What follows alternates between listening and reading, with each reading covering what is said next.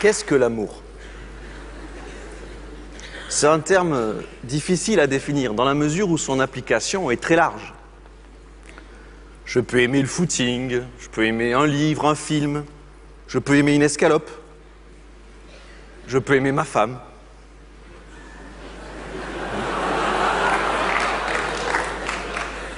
Mais il y a une grande différence entre une escalope et ma femme, par exemple. C'est que si moi je valorise l'escalope, l'escalope en revanche, en retour, eh ben, elle ne me valorise pas. Alors que ma femme, elle m'appelle l'astre de sa vie. Seule une autre conscience désirante, donc, peut me constituer comme être désirable. Cela, je le sais, et c'est pourquoi on peut définir l'amour d'une manière plus précise, comme étant le désir d'être désiré. D'où l'éternel problème de l'amour. Comment devenir et comment rester désirable? Alors, la réponse à ce problème, l'individu l'a trouvée autrefois en soumettant sa vie aux règles de la communauté. Il avait un rôle précis à tenir, suivant son sexe, son âge, son statut social, et il suffisait qu'il le tienne pour être valorisé et aimé par toute sa communauté. Pensez à la jeune fille qui doit rester chaste avant le mariage, pensez au fils cadet qui doit obéissance au fils aîné, qui lui-même doit obéissance au patriarche.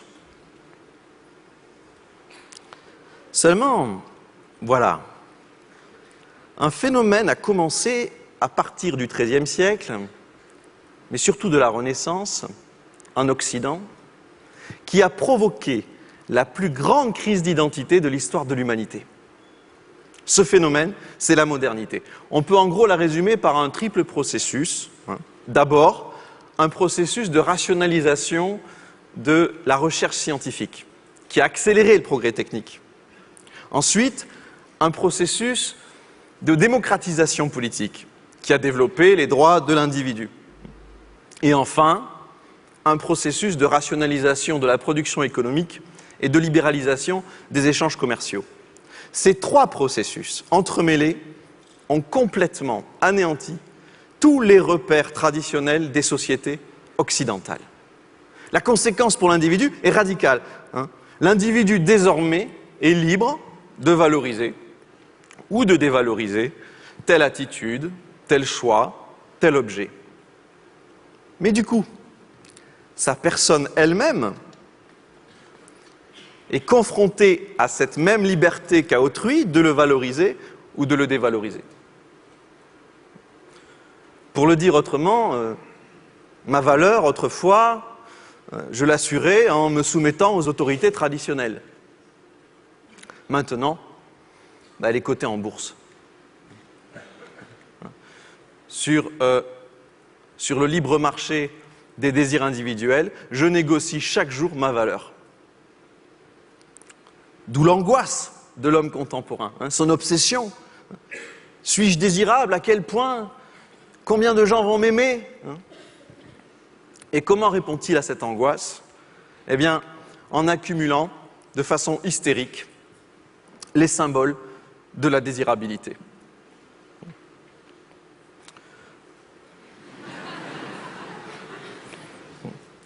Cette accumulation, je l'appelle avec d'autres le capital séduction. C'est sur le capital séduction que repose en grande partie, en fait, notre société de consommation. On dit à ce propos, à propos de la consommation, que notre époque est matérialiste. Mais c'est faux. Si nous accumulons des objets, c'est pour communiquer avec d'autres esprits, c'est pour nous faire aimer d'eux, les séduire. Rien de moins matérialiste, rien de plus sentimental qu'un adolescent qui achète une paire de jeans tout neuf, qui la déchire au genou, parce qu'il veut plaire à Jennifer.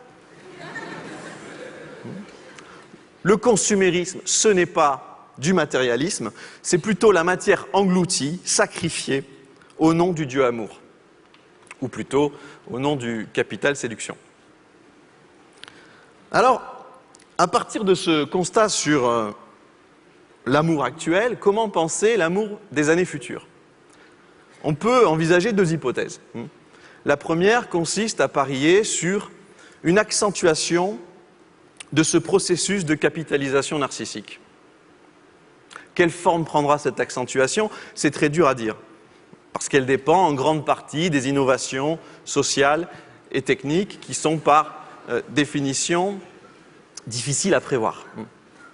Mais on peut, par exemple, imaginer un site internet de rencontres où, un peu comme avec des points smiles, on fonctionne avec des points capital séduction qui varient selon mon âge, mon ratio taille-poids, mon diplôme, mon salaire, ou le nombre de clics accumulés sur mon profil. On peut aussi imaginer un traitement chimique de la rupture amoureuse qui affaiblit le sentiment d'attachement. Il y a d'ailleurs déjà une émission sur la chaîne MTV où des professeurs de séduction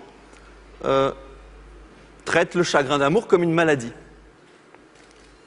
Ces professeurs s'appellent des pick-up artistes. Alors, artiste en français, c'est facile, c'est artiste. Bon. Et puis, pick-up, c'est du levage, mais pas n'importe quel levage de meufs. Donc, ce sont des artistes en levage de meufs. Et ils appellent le chagrin d'amour one-itis. Itis, en anglais, c'est un suffixe qui signifie infection. Donc, one-itis, on pourrait traduire ça par infection de l'unique. C'est un peu dégoûtant. Et en fait, pour les pick-up artistes, faire une fixation amoureuse sur quelqu'un, eh bien, c'est perdre son temps, c'est dilapider son capital séduction, et donc, on doit éliminer ça comme une maladie, comme une infection. On peut encore envisager un usage amoureux de la carte génomique. On la porterait chacun sur soi, puis on se la montrerait comme une carte de visite pour vérifier si la séduction ne peut pas déboucher sur la reproduction. Alors bien sûr, cette course à la séduction, comme toute compétition féroce, va produire de grandes disparités de satisfaction narcissique. Et donc aussi beaucoup de solitude, beaucoup de frustration. Et alors il faudra s'attendre à ce que la modernité elle-même, qui est à l'origine du capital séduction, soit remise en cause. Je pense notamment à des réactions communautaristes de type néofasciste ou religieux. Mais bon, un tel avenir n'est pas une fatalité. Une autre voie peut être possible pour penser l'amour. Mais comment?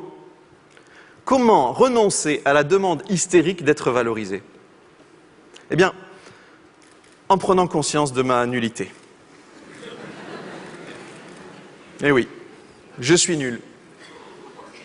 Mais rassurez-vous, vous aussi.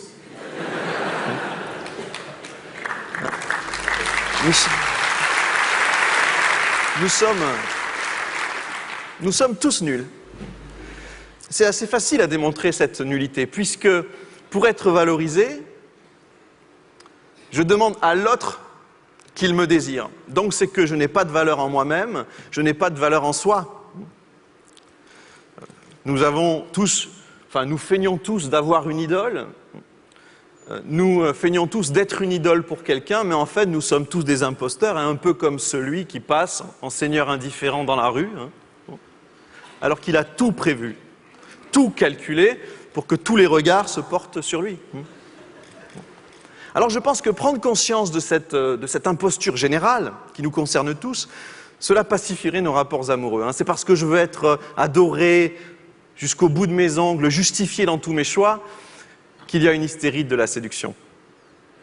Et du coup, je veux paraître parfait pour que l'autre m'aime, je veux qu'il soit parfait pour qu'il me rassure sur ma valeur, et cela donne des couples obsédés par la performance et qui vont se quitter justement à la moindre contre-performance.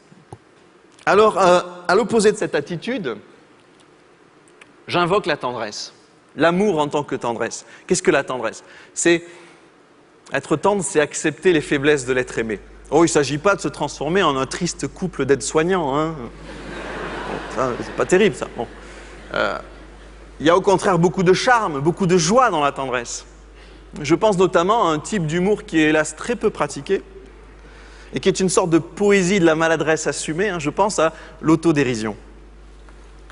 Pour un couple qui n'est plus maintenu, soutenu par les contraintes de la tradition, je pense que l'autodérision est un des meilleurs moyens de durer.